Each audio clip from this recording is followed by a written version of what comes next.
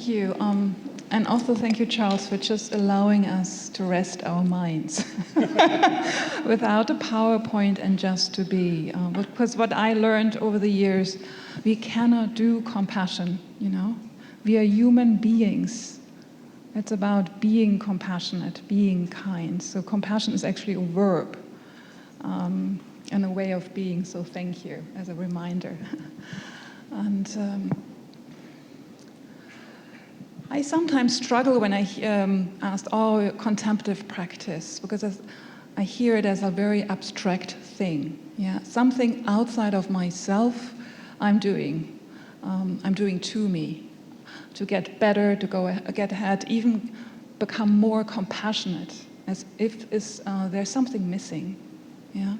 So what I've learned over the time that any practice, meditation, mindfulness practice, or specifically compassion reflections, have helped me just to connect with myself, with my own good heart, and also become friends with this sometimes quite scary landscape of my mind.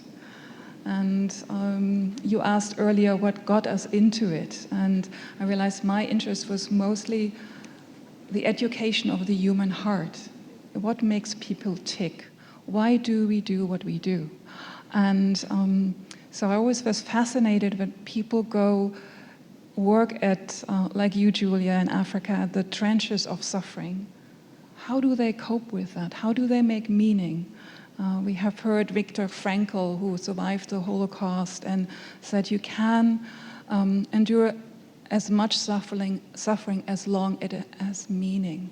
So I was always fascinated by this, and so I began working in hospice many years ago, and first in Germany, where I grew up. At that time, it was very clinical, and I just thought there must be a different way, because we're all human beings. So at the end of life, I don't want to die as a case. I don't want to be a technician sitting at the bedside either. So I came to San Francisco, as maybe some of us, and I worked at the San Hospice, and at that time they had volunteers go to Laguna Honda, and I know some of you have worked there. Laguna Honda was at the time the largest residential nursing home, and they had the only open hospice ward still in existence in this country, with 28 beds. Imagine 28 beds in one room. Everybody's dying. Everybody's terminally ill, men and women together, only divided by curtains. So you really literally had no privacy.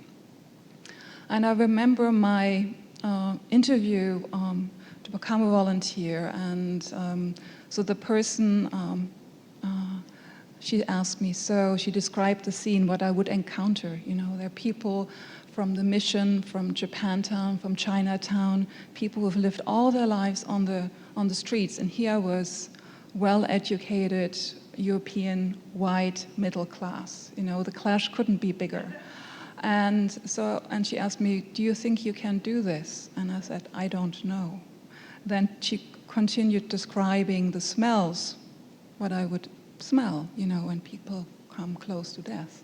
Because some people come there who had no treatment, they had open tumors. And how would you feel about that? Can you manage? And I said, I don't know. And I will give it a try. And she said, okay. So, and I remember going up when you get off here, probably many of us are from San Francisco, when you leave Forest Hill Station, you go up this long staircase to Laguna Honda, and I remember since this day going up these staircase to these hospitals, and my knees were shivering. I was completely a mess because I did not know what I would encounter. And to my utter surprise and astonishment, and I encountered the greatest gift in my life, opening this door. Because there was a whole community there. And I was really touched what you said earlier about the need for community. And where the suffering is the greatest, there is the love is the greatest, compassion is the greatest. So I walked into this ward. There was the greatest compassion. And so the CNAs taught me about compassion, how to be present. The patients taught me how to show up and not to turn around and not to succumb to fear. They taught me about courage and fearlessness. And it doesn't mean I'm not afraid. I'm still afraid. I'm still sitting here. Oh God, do I say the right word? I know, it's performance anxiety, but still like connecting as a human being, and showing up regardless, that courage. And that also then drove me to finding a way of understanding suffering more deeply, to my own contemplative practice. And so I began to study with Sogyal Rinpoche, who've written the Tibetan Book of Living and Dying, and I thought, oh, there is somebody who has more wisdom than I have. And also to see there's a whole training path. I'm not the first person in this universe who's trying to figure out how to be present with suffering. Many people walked this path before me, and also to see that compassion can be unbiased, not limited to the person I like, and not to include the person I do not like. I like in Facebook, I like. So I like the 7 billion people in this world. I aspire to at least aspiration, So then I got involved in an outreach program that is really dedicated to making a change in healthcare, a change in care in generally, how we care for the living and the dying, the spiritual care program. And we're in 11 countries. We trained about 30,000 people. That doesn't sound much, but we are mostly a volunteer organization. And the beauty is also I have the fortune to go to different countries and teach contemplative practice, such as mindfulness, meditation, compassion practices, how you open your heart and be present. And the beauty is, it doesn't matter I just did a session, my very first session in South America, and I didn't know how that would go with Latinos. I had no idea. I don't speak Spanish. And I also work a lot with people who've never ever sat still in their entire lives. And to see it works.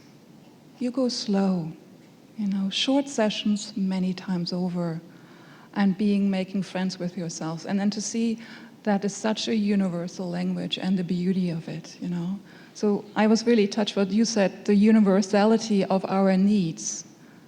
And that's the connecting factor, And there are spiritual needs underneath it that we need to address as people go through crisis. It does not always have to be the traumatic end of life, but the everyday, going through a divorce, going through a loss, not knowing what to say next because we feel inadequate. How do we handle that? So I'm really fortunate to work in this field. When people ask me, so why did you come here? I said, well, why wouldn't I come here today? And it's to sit here in a room on a Friday morning, late morning, and talk about compassion. And what I also learned, it's not so useful to talk so much about compassion, actually. It's an action. I said it's a way of being, but compassion is also, we have to put it in action. And this is why I'm really glad of being part of this movement of changing the way we care, and especially in this country. And there is so much need. So thank you. Thank you so much, Kirsten.